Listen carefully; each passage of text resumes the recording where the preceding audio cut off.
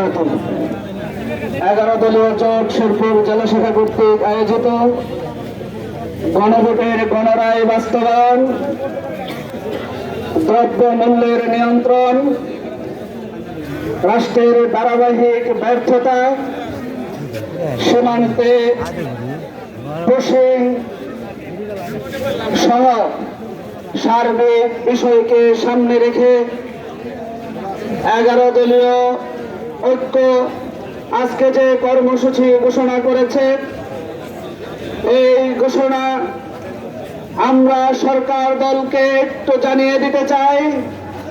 বর্তমান সরকার জুলাই সনদ এবং গণভোটের সাথে তালবাহানা করছে।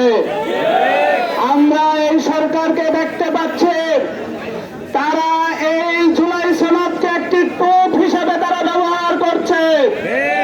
এই সরকারের চতুর্মুখী ব্যর্থতা ডাকতে তারা সীমান্তে নিরাপত্তা দিতে পারছে না, তারা দ্রব্যমূল্য নিয়ন্ত্রণ করতে পারছে না, তারা মাদককে নিয়ন্ত্রণ করতে পারছে না, তারা দলীয়করণ থেকে বের হতে পারছে না।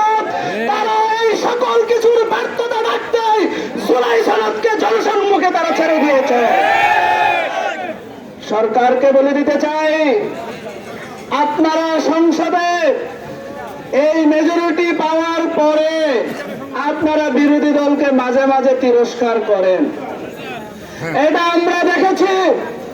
কিন্তু এই কথা মনে রাখেন, 40% ভোট জনগণ দিয়েছে, সাথে গণভোটের 70% সমর্থন এই দেশের জন্য মানুষের আছে।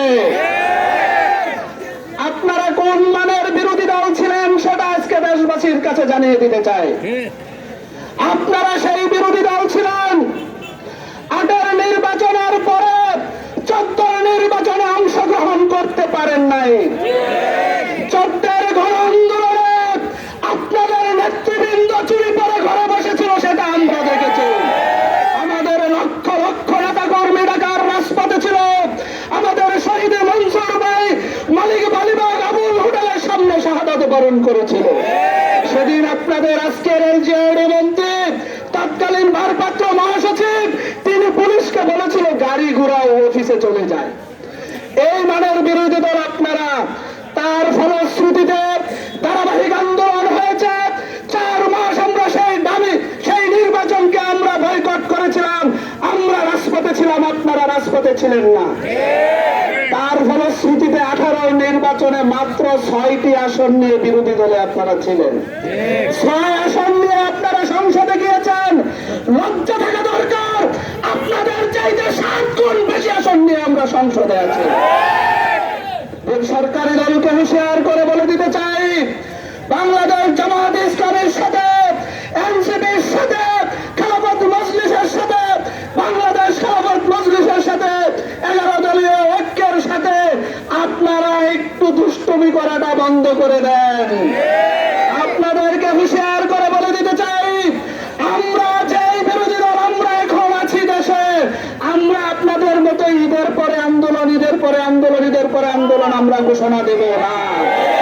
আমাদের সময়ের বর্তমানে সময়ের সাথে সাথে যখন আমাদের দেশের জন্য, দেশের মানুষের জন্য আমাদের বিরোধী দলীয় সংসদ নেতা যখন ঘোষণা দিবে, আমরা একদিন সরকার পতনের আন্দোলন ঘোষণা দিব।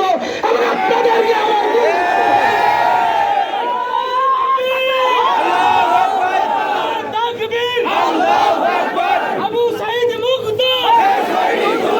প্রশাসনকে একটি কথা বলে দিতে চাই, প্রশাসনের বাইরা আপনারা জনগণের ট্যাক্সে আপনারা চলেন, আপনারা এই জনগণের যানবাহনের নিরাপত্তা দিবেন।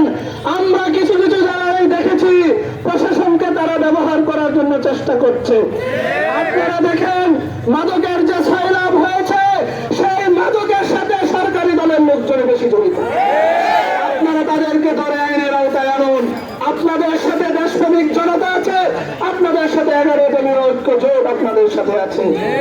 সরকারকে বলে দিতে চাই, অনতিবিলম্বে গণভোটের গণরায় আপনারা মেনে নেন। আর জনগণের সাথে তালবাহানা খেলেন না।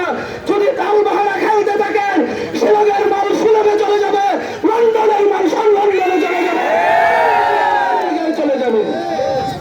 দেশের জনগণ এক মুহূর্ত এটা বরদাস্ত করবে না।